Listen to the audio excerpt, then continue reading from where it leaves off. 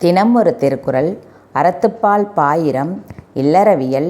18வது அதிகாரம். வெட்காமை. 172வது குறள்.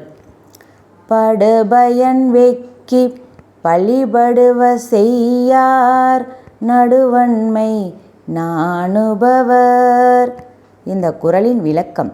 நடுநிலைமை தவறுவதற்கு வெட்கப்படுகிறவர்கள் கவர்தலால் அடைதலால் வந்தடையும் பயனை விரும்பி பழியான செயல்களை செய்யவே மாட்டார்கள்.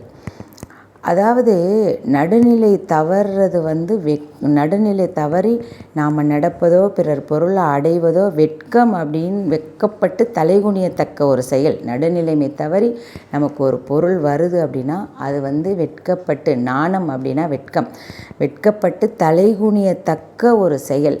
அப்படியாப்பட்ட அந்த செயல் நடுநிலை தவறி வரும் ஒரு பொருளால் அவருக்கு ஒரு பயன் இருக்குது அப்படின்னு இருந்த சூழல் இருந்தால் கூட அவர் அந்த பிறரோட பழி பாவத்துக்கு அஞ்சி, பிறரால் பழிக்கப்படுவதற்கு அஞ்சி பயந்து அப்படியாப்பட்ட அந்த பாதகமான செயலை செய்யவே மாட்டாங்களாம்.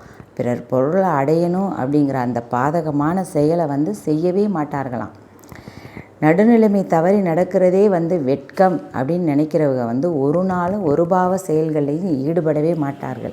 அவங்களுக்கு அந்த செயலால் ஒரு பெரிய பயன் வருது அப்படின்னு இருந்தால் கூட பிறரோட பழிக்கும், பிறர் நம்மளை இழிவாகவும் கேவலமாகவும் பேசுவாங்கன்றதுக்காகவாவது அந்த செயலை அவங்க செய்யவே மாட்டார்கள். பழிக்கு அஞ்சுவார்களாம்.